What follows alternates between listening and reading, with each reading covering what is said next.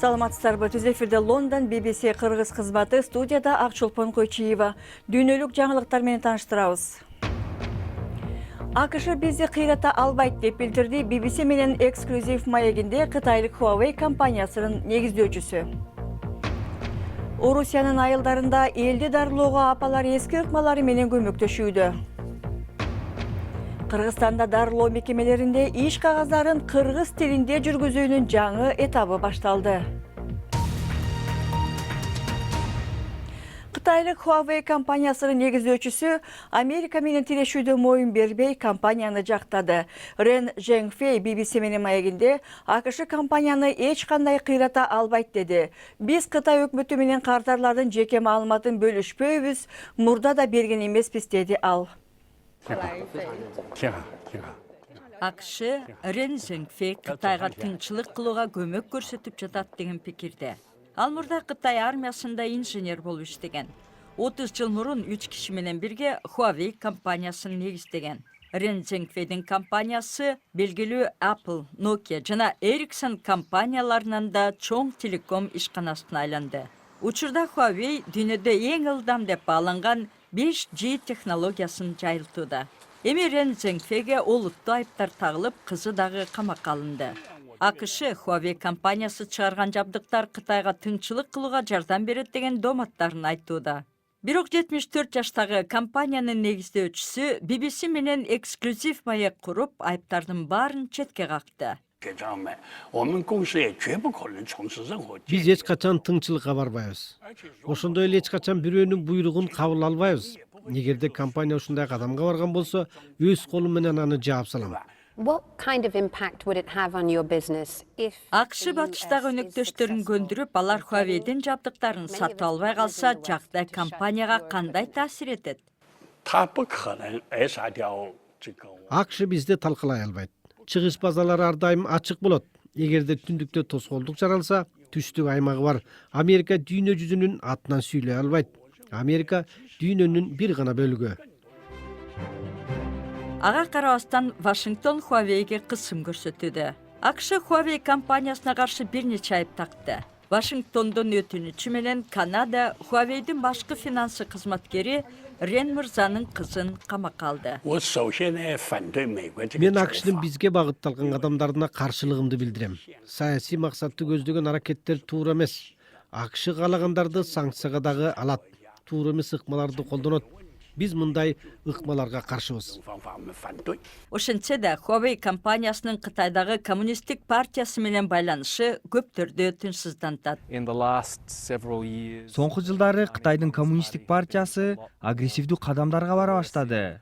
Дал ушул себептен Huawei сыяктуу компаниялар тынчылыкка барууга мажбур болушат деген тынчсыздануулар пайда болду. Кытай компаниялары батыш ишканалары менен жигердүү аттандашууда. Huawei сыяктуу ишканалардын дүйнөгө жайылып, кардарлар бул компаниялар сунуштаган жаңы системага көнө баштады. Дал ушул себептен мындай компаниялар коммунисттик партиянын кызыкчылыгын аргасыз коргойт деген кооптонуулар чыкты. Бул ишканалар чынында тынчылык кылбаган күнү кардарлардын тынчсыздануусу компаниялардын келечектеги ийгилигине бут тосушу ыктымал. Кытайдын Huawei компаниясынын негиздөөчүсү АКШ менен чың алган мамилеси тууралуу айтып берди. Бул жана башка орчундуу жаңылыктарды уюлдук телефон аркылуу интернет сайтыбыздан окуңуздар. Ал үчүн бизди bbc.com /кыргыз деп издеш керек. Орусия сыяктуу аймагы ири өлкөдө медициналык тейлөөгө жете элек айылдар дале көп. Элет жеринде көптөгөн ооруканалар менен клиникалар жабылган соң, Борбордук Орусияда Саранск шаарчасынын тургундары маселени өз алдынча чечүүгө өткөн. Ондогон апалар биринчи медициналык жардам көрсөтүү ыкмаларын үйрөнүүдө. Орусиянын чет жактарындагы айылдары өзгөчө кооз. Бирок жашоодо жагымсыз учурлар да болуп турат. Элестетип көрүңүз. Сизге бул жерде тезинен дарыгер керек болуп калды. Бул Маша эне. Мария Алексеевна биринчи медициналык жардам көрсөткөн пенсионер. Ал бул жерге жаңыдан ишке келди. Маша эне мага өзүндөгү медициналык каражаттарын көрсөткөнчө кан көп чыгып жатканда кантип токтотконун айтып берди. Вот. Здорово, он топором себе ногу. Бир киши бутун балта менен кесип алыптыр. Аябай оор абалда болчу. Мен анын жаратын таңып бердим. Резко там работал. Вот. Ал шашкалактап иштеп жатып, бутун терең кесип алыптыр. Айылда мед кызматкерлер жок. Ошондой болсо да Наталья мага жардам бере алганына кубанычта экенин айтты. Бул жерде 2 мед кызматкер иштеген. Шарттары жакшы эмес. Бирок жок дегенде айрым каражаттар бар. Дагы башка коңшу айылдан бул клиниканы кезиктирдик. Жергиликтүүлөр клиника оңдоп түзөлүшү керек болгондуктан 2 жыл мурун жабылганын айтышты.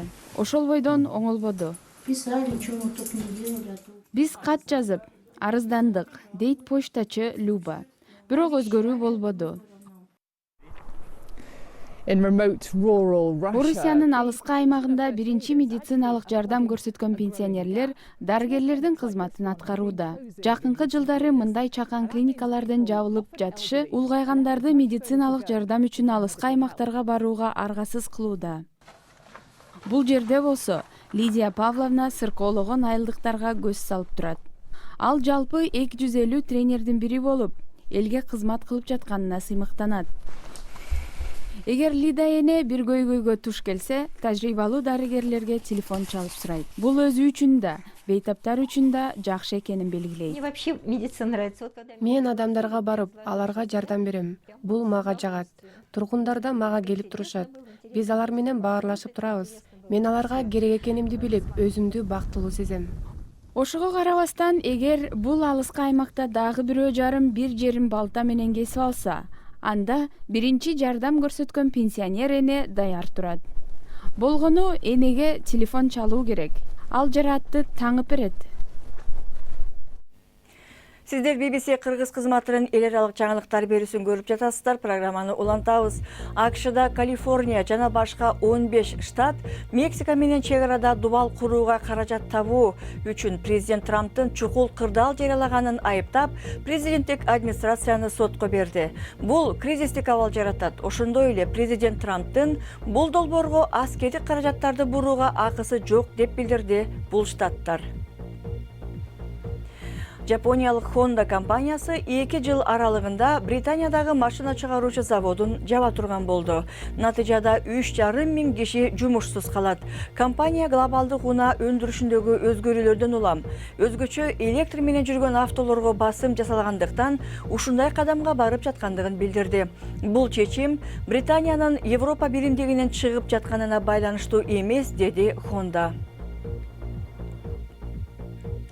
Австралияда кургакчылыктын узакка созулушу балдарга терс таасир тийгизип жатат, деди ЮНИСЕФ уюму. Чыгыш Австралиянын ири аймактары бир нече айдан бери жамгырсыз болуп кургап, дыйкан чарбаларына зыян келүүдө. Натыйжада балдар дагы эмгекке тартылып, окуудан калууда. Аларга ата-энесинин кыйналганы дагы таасир этет. Мода дүйнөсүндөгү атактуу дизайнерлердин бири Карл Лагерфельд 85 жашында Парижде дүйнөдөн кайтты. Германиялык дизайнер Шанель жана Фенди мода үйлөрүнүн көркөм директору болуп келген. Акыркы күндөргө чейин ишин уланткан Лагерфельд бир нече аптадан бери сыркоолоп шоуларга катышпай калган. Кыргызстанда дарылоо мекемелеринде иш кагаздарын кыргыз тилинде жүргүзүүнүн жаңы этабы башталды. Дарыгерлер диагноз менен бейтап баянын кыргыз тилинде жазууга өтүп жатышат. Бирок көп жылдар бою баарын орус тилинде аткарып көнгөн дарыгерлер үчүн бул оңой иш эмес. BBC кабарчылары докторлордон кабар алып келди. Саламатчылык, келиңиз. Дарылоо мекемелеринде совет доорунун тарбиясын көргөн доктурлар дале көп. Алар орус тилинде окушуп, дарылоо документтерин жалаң орусча толтуруп көнүшкөн. Эми анын баарын кыргызча жүргүзүү ондогон жылдар бою иштеген дарыгерлер үчүн оңой болуп жаткан жок. Биринчи жолу комиссия болуп атканда Жылан Ниязбек келип менин карточкамды окуду да, анан терминдеримди көрүп алып, аябай каткырып күлдү. Анан эмне күлүп атат экен деп өзүм да неудобный болдум. Анан айтат да, бул кызык терминдер, сонун терминдерди каяктан таптыңыз деп атты. Анан ушундай сөздүктөрдөн таптым дедим. Анан ошондой кыйынчылыктар көп болду. Мамлекеттик медициналык мекемелердин баары тең иш кагаздарды кыргыз тилинде жүргүзүүгө тегиз өттү деп айтууга болбойт. Аймактарда бул дээрлик чечилген маселе болсо, баш калаадагы ооруканаларда жана поликлиникаларда иш кагаздар, бейтап баяндары дале расмий тилде жүргүзүлүүдө. Бишкектеги доктурлар өз кезегинде медициналык терминдерди кыргызчалоо татаал болуп жатат дешет. Кыргызча жазыш керек деп кыргызча баштайм да, анан кийин кетип баратып эле жаңыдан сүйлөмдү баштаганда орусча жазып кетчүмүн. Орус кыргыз аралашып жатып калчу. Анан ушу 40 жылдан бери көнүп калган адатыңды жеңиш деген кыйын экен да. Анан кээ бир коллегаларым бар, эми орусча окуган, орусча иштеп келе турган, аларга эми өтө эле кыйын. Саламаттык сактоо министрлиги терминдердеги кыйынчылыкты кээ бир дарыгерлердин жөн эле шылтоосу деп айтууда. Көрсө медициналык терминдер эчак эле кыргызчаланып, 2 том китеп болуп чыккан экен. 5 жыл мээнет корогон китепте керектүү болгон сөздөр жана терминдер 2 тилде берилген. Эч ким медицина кызматкерлеринен оорулардын эл аралык классификациясы кыргызча болбогондуктан биз жаза албай атабыз деп айтууга шылтоо жок. Которо турган термин бар, которбой турган термин бар. Мен 6 бланкты, мисалы үчүн, бейтап баяны. Медицинская карта стационарного больного дейт орусчасы. Аны биз бейтап баян дедик. Мисалы үчүн бөйрөктүн гломерулонефрит деген дарты бар, орусу бар. Ал калды гломерулонефрит. Пиелонефрит дегени бар, амилоидоз почек дегени бар. Бирок бөйрөктү которобуз да, бөйрөктүн амилоидозу, бөйрөктүн пиелонефрити, бөйрөктүн гломерулонефрити. Ал көп терминдер ошол эле боюнча калды.